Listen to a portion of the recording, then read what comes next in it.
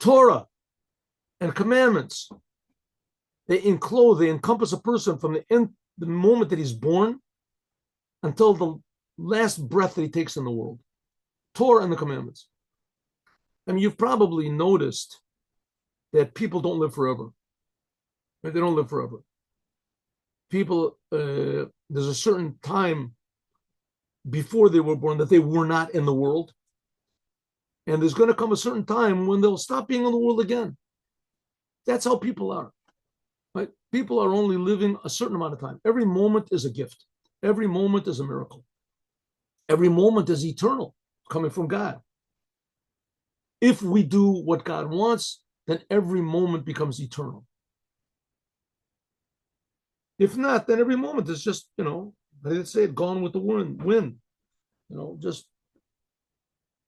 So Torah and the commandments encompass a person from the instant that he's brought into the world until his final moment.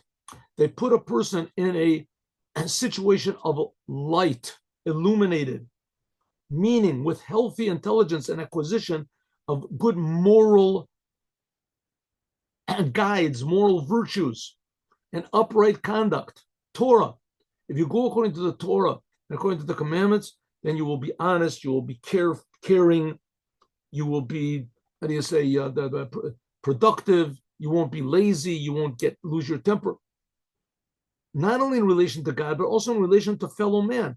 Because whoever is guided by the Torah and the instructions of our great rabbis has a life of good fortune, materially and spiritually. You can say just one moment over here. I mean, the Rebbe, where was he living? In some sort of a bubble? This is words from the previous Lubavitcher Rebbe. Few people in the world had more troubles in life than the previous Lubavitcher Rebbe. Few people. First of all, in Russia, he had to contend from the minute he became Rebbe with the communists. And the communists put him into prison. And he was sentenced to death. And he was tortured. And miraculously, he got out. And he was sent into exile. And then he was sent into Europe. And Europe, it says everybody hated him. And then he came into America. He was already half paralyzed when he came into America. He was besieged by troubles and health problems and pain and enemies from all sides, like King David. So how can he say whoever is guided by the Torah and instructions of our Torah has a life of good fortune, material and in spirit? How can you say it? So the answer to that, if you ask me, is that that's what it's supposed to be. It's supposed to be like this. And if it's not that way, then we have to understand that's like we're learning in the morning. That's what's called the turbulent waters. Just like the Torah tells us, and we read about this every day in our prayers, that God took the Jews out of Egypt and he split the sea and the Jews sang for God. So if God does all these amazing things, then how could there be a Holocaust? How could there be all these pogroms? How could there be all this trouble for the Jewish people? Anti-Semitism? How can it possibly be? So the answer is, it's a test.